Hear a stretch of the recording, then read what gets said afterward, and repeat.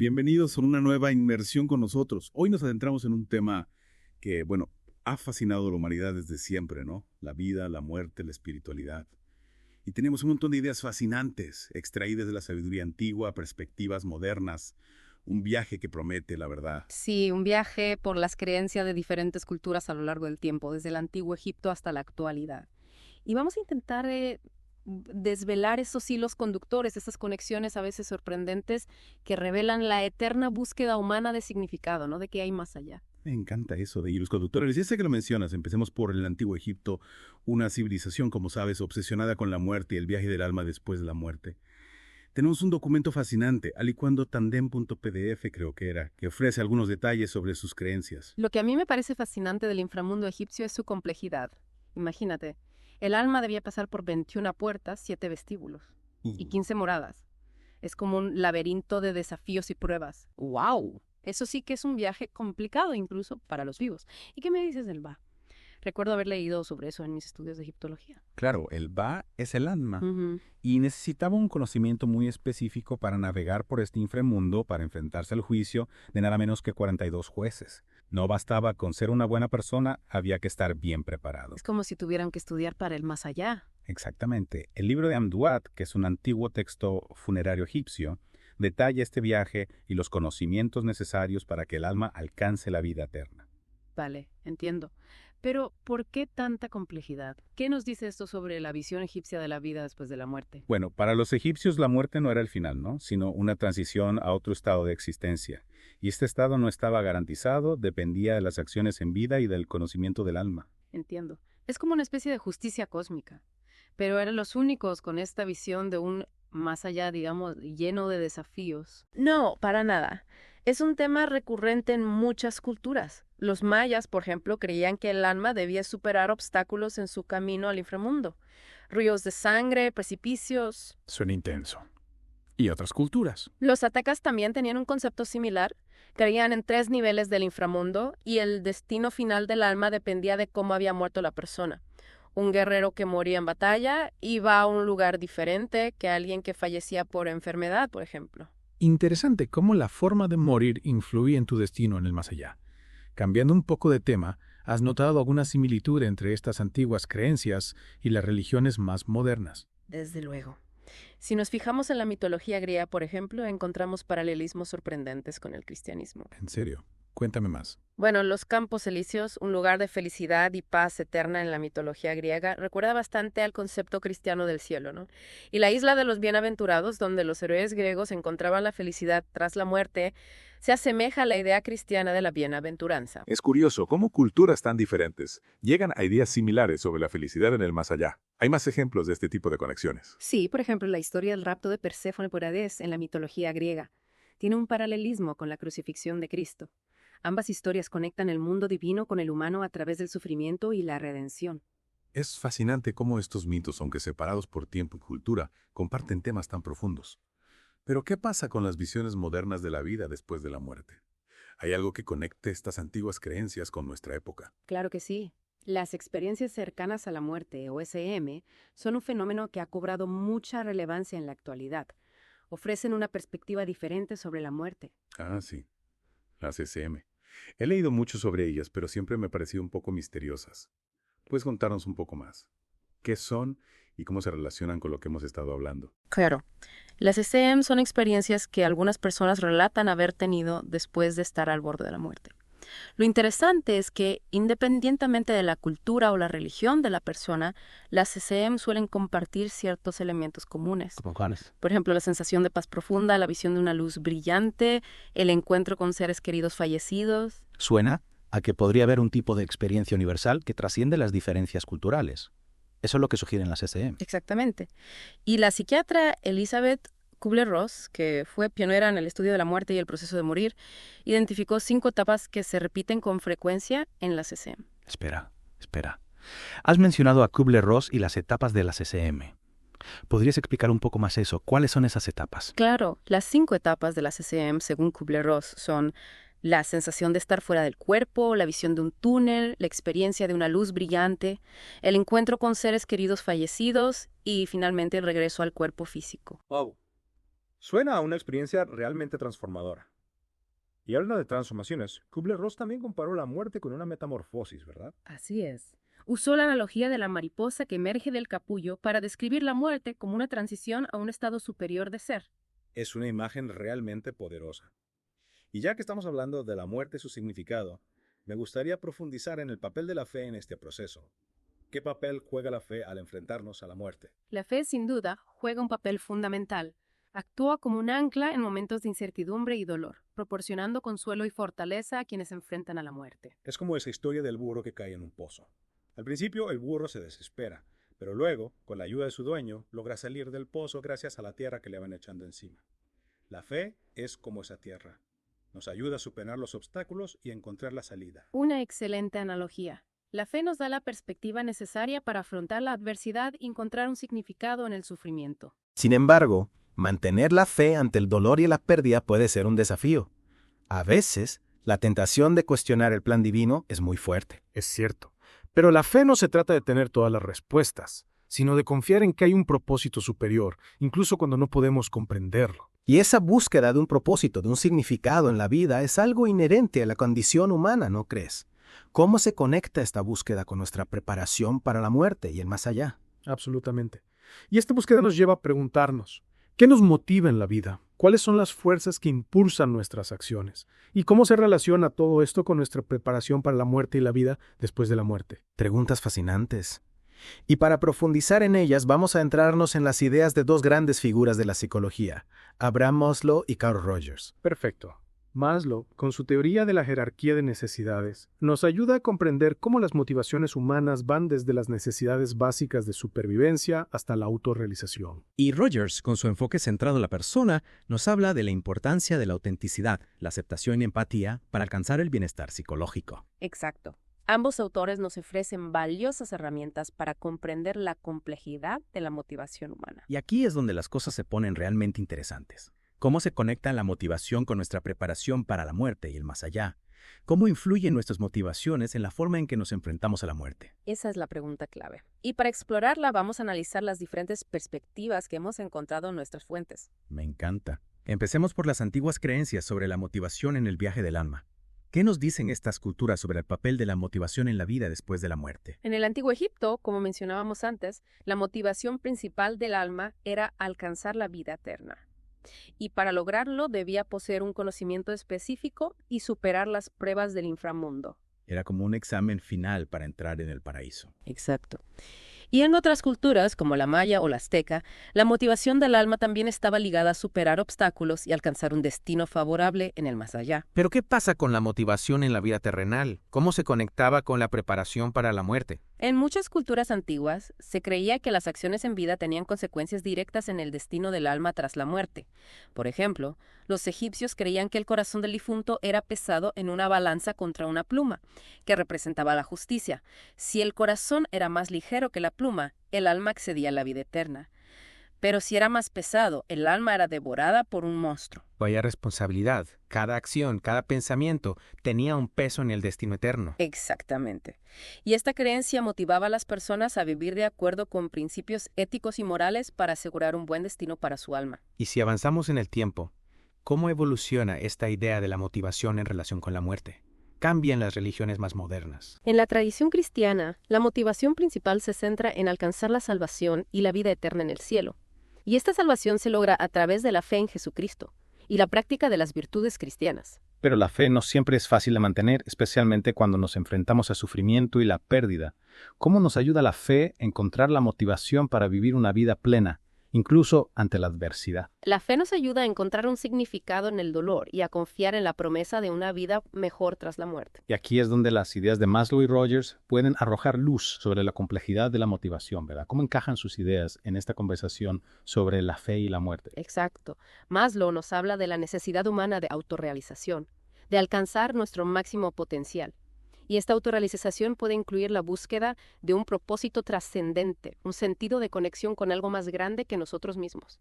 Y Rogers nos recuerda la importancia de la autenticidad, de vivir de acuerdo con nuestros valores y principios más profundos. Ambos autores, aunque desde diferentes perspectivas, nos invitan a reflexionar sobre la importancia de vivir una vida plena y significativa, una vida que nos prepare para enfrentar la muerte con paz y aceptación. Entonces, podríamos decir que la conexión entre la motivación en la vida y la preparación para la muerte radica en encontrar ese sentido de propósito, esa autenticidad que nos permite vivir con plenitud, sabiendo que nuestras acciones tienen un impacto en nuestro destino final. Exactamente.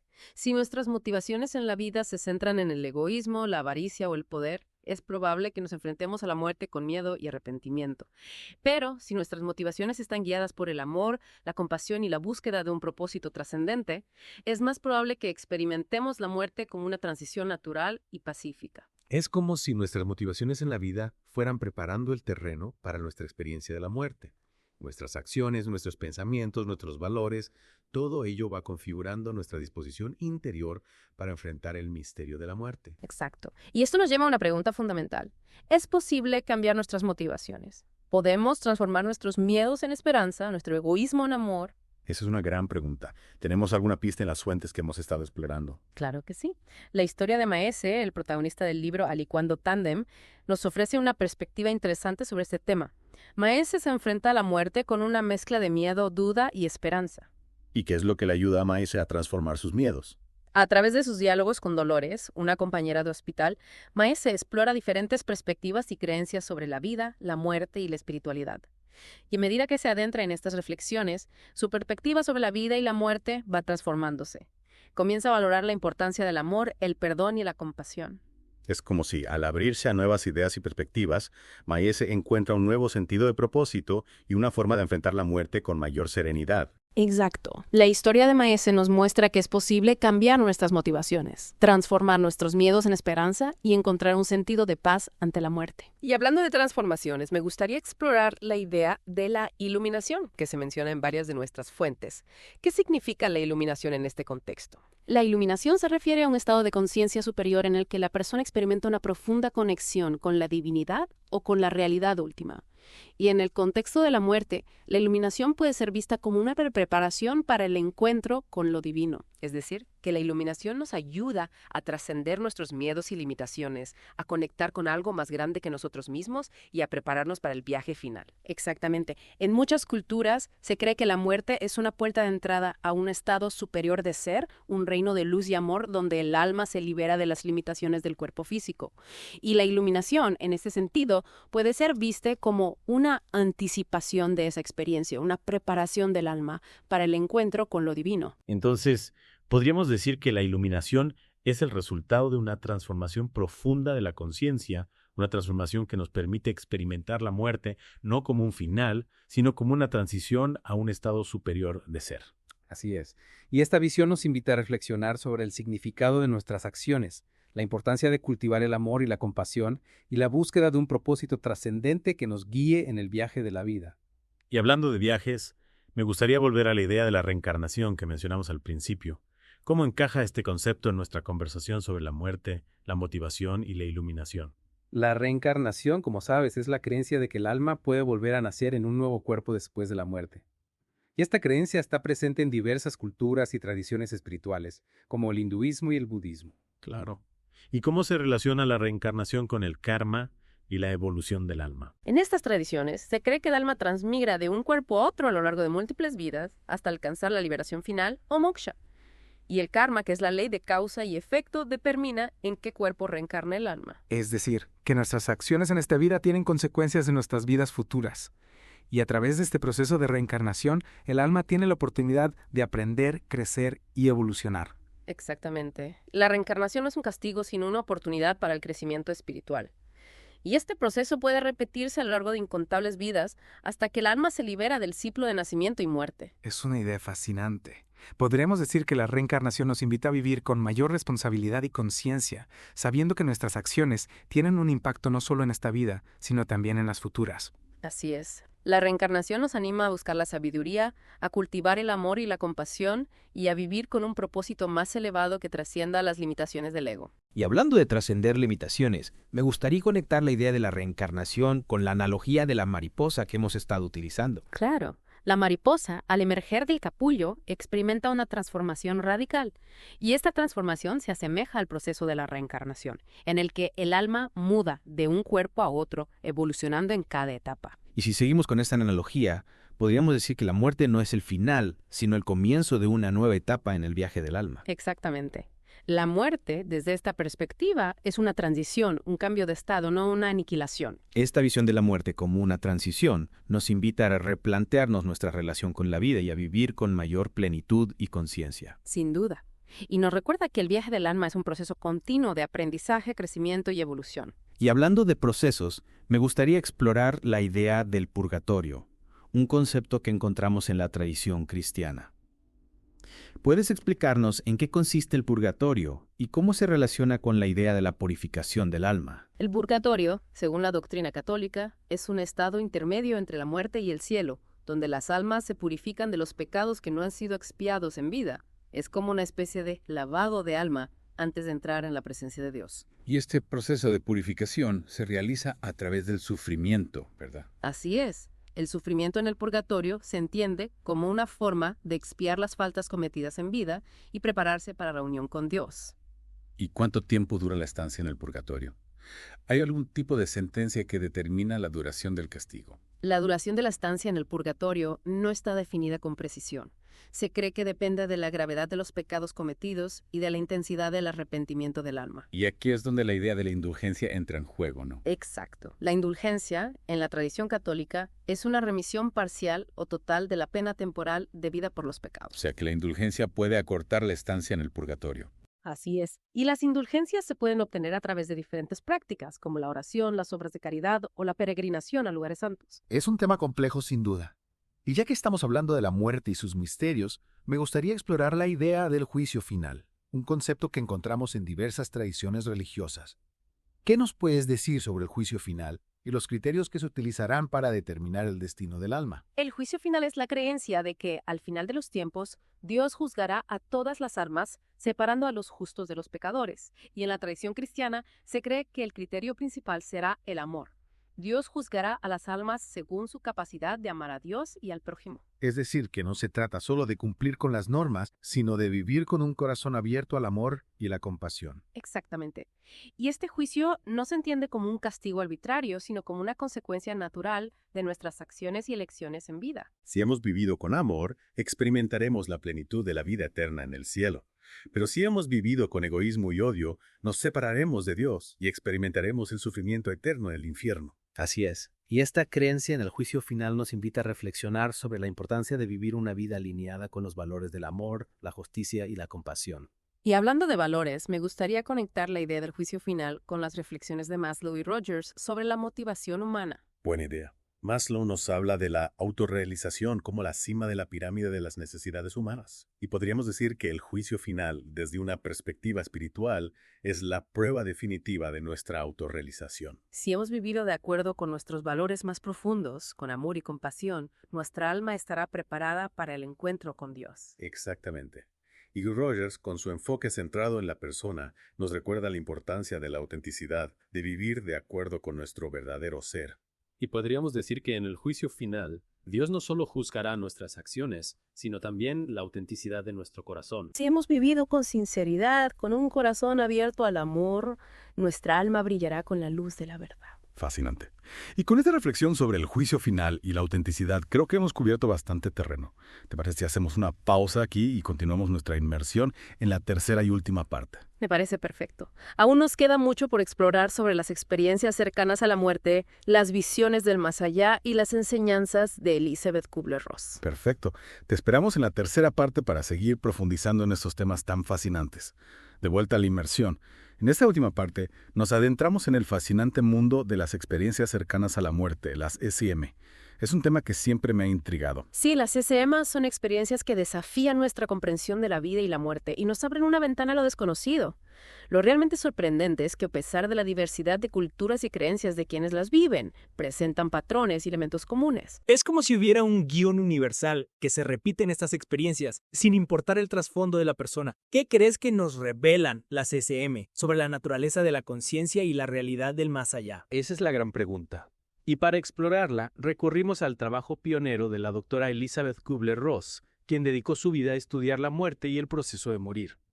Kubler-Ross recopiló y analizó miles de casos de SM, identificando esos patrones que mencionabas. Uno de los elementos más recurrentes es la sensación de estar fuera del cuerpo, ¿verdad? Como si observaran la escena desde fuera. Exactamente, muchas personas que han experimentado un SM describen la sensación de flotar sobre su propio cuerpo, de ver a los médicos tratando de reanimarles, incluso de escuchar conversaciones a su alrededor. Es increíble, como si la conciencia se separara del cuerpo físico y adquiriera una nueva forma de percepción. ¿Qué otras experiencias se repiten en las SM? Otro elemento común es la visión de un túnel, a menudo descrito como un pasillo oscuro, al final del cual hay una luz brillante. Y esta luz suele estar asociada a sentimientos de paz, amor y alegría muy intensos. He oído que algunas personas describen esa luz como la presencia de Dios o de un ser de luz que les transmite un mensaje de amor incondicional. ¿Es eso común en las SM? Sí, muchas personas que han tenido esta experiencia la interpretan como un encuentro con lo divino. Y este encuentro suele ser un punto de inflexión en sus vidas, transformando su visión del mundo y su relación con la muerte. Hablando de transformación, volvemos a la analogía de la mariposa que hemos usado a lo largo de esta inmersión. Podríamos decir que la ESM, como la metamorfosis de la mariposa, representa una transformación radical de la conciencia.